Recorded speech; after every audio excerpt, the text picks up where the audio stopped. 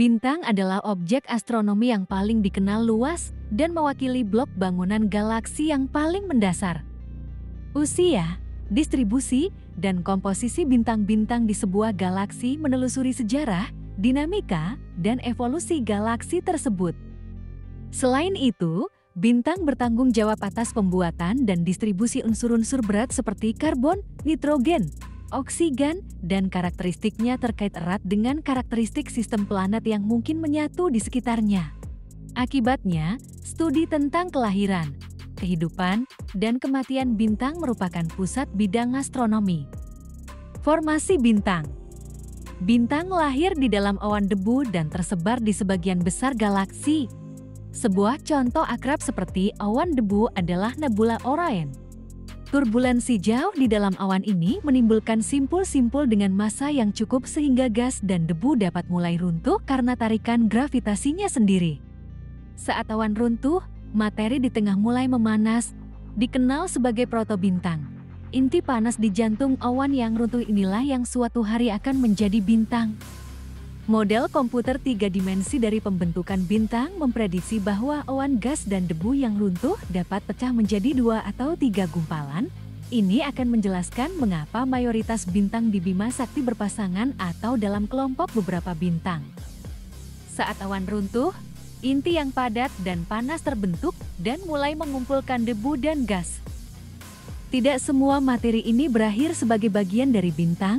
Debu yang tersisa dapat menjadi planet, asteroid, komet atau mungkin tetap menjadi debu. Dalam beberapa kasus, awan mungkin tidak runtuh dengan kecepatan tetap. Pada Januari tahun 2004, seorang astronom amatir, James McNeill, menemukan sebuah nebula kecil yang tiba-tiba muncul di dekat nebula Messier 78 di konstelasi Orion. Ketika pengamat di seluruh dunia mengarahkan instrumen mereka ke nebula McNeill, mereka menemukan sesuatu yang menarik, kecerahannya tampak bervariasi. Pengamatan dengan Observatorium Sinar X Chandra NASA memberikan penjelasan yang mungkin. Interaksi antara medan magnet bintang muda dan gas di sekitarnya menyebabkan peningkatan kecerahan secara episodik. Bintang urutan utama. Sebuah bintang seukuran matahari kita membutuhkan sekitar 50 juta tahun untuk matang dari awal keruntuhan hingga dewasa. Matahari kita akan berada dalam fase matang ini selama kurang lebih 10 miliar tahun. Bintang-bintang didorong oleh fusi nuklir hidrogen untuk membentuk helium jauh di dalam interiornya. Aliran keluar energi dari daerah pusat bintang memberikan tekanan yang diperlukan untuk menjaga agar bintang tidak runtuh karena beratnya sendiri dan energi yang membuatnya bersinar. Seperti yang ditunjukkan dalam diagram Hertzsprung-Russell, bintang-bintang deret utama memiliki rentang luminositas dan warna yang luas dan dapat diklasifikasikan menurut karakteristik tersebut.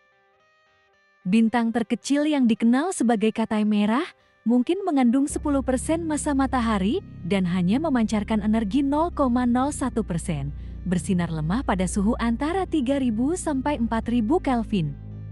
Terlepas dari sifatnya yang kecil, Katai Merah sejauh ini merupakan bintang paling banyak di alam semesta dan memiliki rentang hidup puluhan miliar tahun. Di sisi lain, bintang paling masif, yang dikenal sebagai hypergiants, mungkin 100 kali lebih masif dari matahari dan memiliki suhu permukaan lebih dari 30.000 Kelvin. Hypergiants memancarkan energi ratusan ribu kali lebih banyak daripada matahari, tetapi memiliki masa hidup hanya beberapa juta tahun. Meskipun bintang ekstrim seperti ini diyakini umum di alam semesta awal, saat ini mereka sangat langka. Di seluruh galaksi Bima Sakti hanya berisi segelintir hypergiant.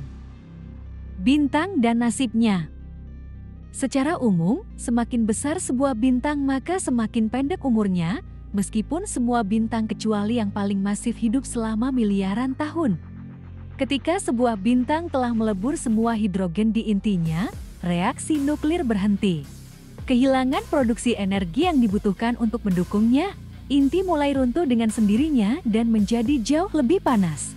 Hidrogen masih tersedia di luar inti, jadi fusi hidrogen berlanjut di kulit yang mengelilingi inti. Inti yang semakin panas juga mendorong lapisan luar bintang keluar, menyebabkannya mengembang dan mendingin lalu mengubah bintang menjadi raksasa merah. Jika bintang tersebut cukup masif, inti yang runtuh dapat menjadi cukup panas untuk mendukung reaksi nuklir yang lebih eksotis yang mengonsumsi helium dan menghasilkan berbagai elemen yang lebih berat hingga besi. Namun, reaksi semacam itu hanya menawarkan penangguhan hukuman sementara. Secara bertahap, api nuklir internal bintang menjadi semakin tidak stabil, terkadang terbakar habis-habisan, dan di lain waktu mereda. Variasi ini menyebabkan bintang berdenyut dan membuang lapisan luarnya, menyelubungi dirinya sendiri dalam kepompong gas dan debu. Selanjutnya, apa yang terjadi tergantung pada ukuran inti.